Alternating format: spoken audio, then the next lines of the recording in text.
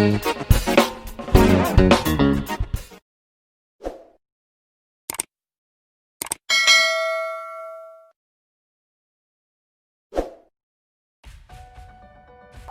Pemberantasan Korupsi (KPK) total mengamankan 17 orang dalam kasus dugaan tipikor izin ekspor benih lobster. Beberapa yang ditangkap itu adalah Menteri KKP Edi Prabowo beserta istrinya, Iis Rosita Dewi, yang juga anggota Komisi V DPR RI dari fraksi Gerindra. Jumlah yang diamankan petugas KPK seluruhnya saat ini 17 orang. Di antaranya adalah Menteri Kelautan dan Perikanan beserta istri dan beberapa pejabat di KKP. Di samping itu juga beberapa orang pihak swasta, ujar PLT Jubir KPK Ali Fikri dalam keterangannya kepada wartawan, Rabu 25/11 siang. Ia mengatakan lokasi penangkapan hingga belasan orang itu dilakukan hingga Rabu dini hari di tempat-tempat yang berbeda. KPK mengamankan sejumlah pihak di beberapa lokasi di antaranya Jakarta dan Depok, Jabar, termasuk di Bandara Soekarno-Hatta sekitar jam 0.30 waktu Indonesia Barat, ujar Ali. Dalam proses penangkapan tersebut, kata jubir, dengan latar belakang jaksa tersebut, petugas mengamankan sejumlah barang di mana beberapa di antaranya adalah kartu debit atau ATM yang diduga terkait dengan tindak pidana korupsi. Sali mengatakan kasus yang diselidiki pihaknya ini diduga terkait dengan proses penetapan calon eksportir benih lobster. Saat ini KPK masih melakukan pemeriksaan secara intensif terhadap 17 orang tersebut selama 1 kali 24 jam, kata dia.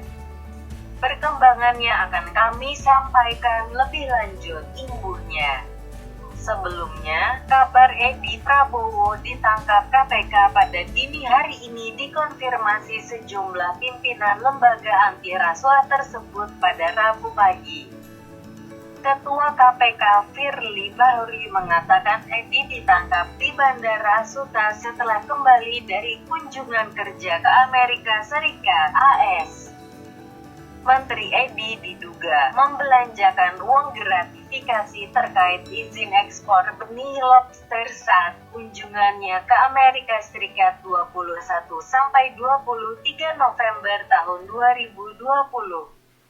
Usai mengikuti jumpa pers, Edi Prabowo mengatakan pada wartawan, "Ini adalah kecelakaan. Saya akan bertanggung jawab dunia akhirat. Saya minta maaf kepada seluruh masyarakat, khususnya masyarakat perikanan yang mungkin banyak terhianati. Saya juga minta maaf kepada keluarga besar partai saya, Gerindra, dan saya akan mengundurkan diri sebagai wakil ketua umum partai. Saya juga akan minta untuk tidak lagi jadi menteri, dan saya kira prosesnya sudah berlangsung. Saya akan hadapi ini dengan jiwa besar," kata Edi sambil berjalan keluar gedung KPK untuk ditahan di rutan KPK cabang Gedung Merah Putih. Pada tanggal 5 November tahun 2020, diduga terdapat transfer dari rekening pengurus PT ACK ke rekening salah satu bank atas nama AF staf istri Menteri Edi, sebesar 3,4 miliar rupiah yang diperuntukkan bagi keperluan Edi Prabowo dan istrinya serta SAF dan APM, keduanya staf khusus Menteri Edi. Kata Wakil Ketua KPK Nawawi Pomolango. Uang itu lalu digunakan untuk belanja barang mewah di Honolulu AS pada tanggal 21 sampai dengan tanggal 23 November tahun 2020 sejumlah sekitar 750 juta rupiah, di antaranya berupa jam tangan Rolex, tas Tumi dan LV, baju Old Navy, kata Nawawi. Barang-barang itu lalu diperlihatkan dalam jumpa pers KPK termasuk pula sebuah sepeda. Namun belum jelas bagaimana keterkaitan sepeda itu dalam kasus yang menjerat Edi. Siapa saja tersangka yang ditetapkan KPK? Berdasarkan informasi yang diterima KPK, sejumlah tim lalu dibentuk hingga kemudian mereka melakukan operasi tangkap tangan pada Rabu 25/11 sekitar pukul 0.30 di sejumlah lokasi yakni Bandara Soekarno-Hatta, Depok, Tangerang Selatan, dan Bekasi. Total ada 17 orang yang diamankan dan diperiksa KPK termasuk Menteri KKP Edi Prabowo dan istrinya yang juga merupakan anggota DPR, serta 2 orang dirjen di Kementerian Kelautan dan Perikanan, serta sejumlah staf khusus Menteri Edi, staf istri Menteri Edi, juga pengusaha. Dari ke-17 orang itu, KPK akhirnya menetapkan 7 orang tersangka dan 2 orang diantaranya diminta menyerahkan diri.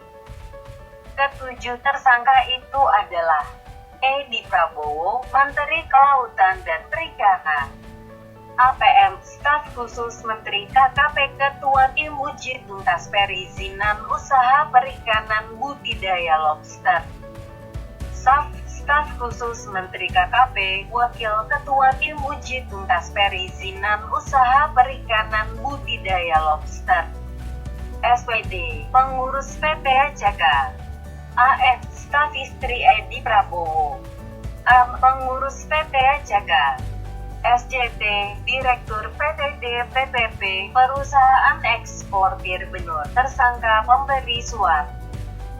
2 orang yang belum ditangkap dan diminta menyerahkan diri adalah APM, Ketua Tim Uji Tuntas Perizinan Usaha Perikanan Budidaya Lobster, dan AM, Pengurus PT ACK.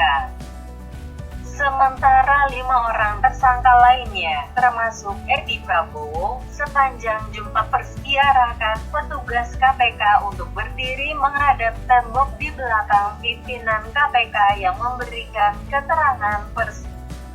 Kasus ini bermula dari diterbitkannya surat keputusan oleh Menteri Edi Prabowo tentang Tim Uji Tuntas Perizinan Usaha Perikanan Budidaya Lobster. Tim ini bertugas untuk memeriksa kelengkapan dokumen yang diajukan oleh perusahaan calon eksportir benih lobster atau Benur. Edi menunjuk staf khususnya, APM dan SAP sebagai ketua dan wakil ketua tim uji tuntas tersebut. Selanjutnya pada awal bulan Oktober tahun 2020, SJT selaku Direktur PTD PPP datang ke kantor KKP di lantai 16 dan bertemu dengan SAF. Dalam pertemuan tersebut, diketahui bahwa untuk melakukan ekspor benih lobster hanya dapat melalui forwarder PT ACK dengan biaya angkut Rp1.800 ekor, jelas Wakil Ketua KPK Nawawi Pomolango. Atas kegiatan ekspor benih lobster tersebut, PTD PPP diduga melakukan transfer sejumlah uang ke rekening PT ACK dengan total sekitar Rp731 juta. Atas uang yang masuk ke rekening PT ACK yang diduga berasal dari beberapa perusahaan eksportir benih lobster tersebut, selanjutnya ditarik dan masuk ke rekening 2 orang pemegang PT ACK masing-masing dengan total Rp9,8 miliar. Pada tanggal 5 November tahun 2020, diduga terdapat transfer dari rekening pengurus PT ACK ke rekening salah satu bank atas nama AF, staf istri Menteri Edi, sebesar Rp3,4 miliar yang diperuntukkan bagi keperluan Menteri Edi dan istrinya, serta ketua dan wakil ketua tim uji tuntas SAF dan APM. Kata Wakil Ketua KPK Nawawi. Pada sekitar bulan Mei tahun 2020, Menteri Edi diduga juga menerima sejumlah uang sebesar $100.000 dari SJT melalui pengurus PT ACK tambahnya. KPK menyimpulkan adanya dugaan tindak pidana korupsi berupa penerimaan hadiah atau janji oleh penyelenggara negara terkait dengan perizinan tambak usaha dan atau pengelolaan perikanan atau komoditas perairan sejenis lainnya tahun 2020, jelas Nawawi. Sebelumnya, Presiden Joko Widodo menyatakan mendukung pemberantasan korupsi setelah Komisi Pemberantasan Korupsi (KPK) menangkap Menteri Kelautan dan Perikanan Edi Prabowo pada Rabu 25/11.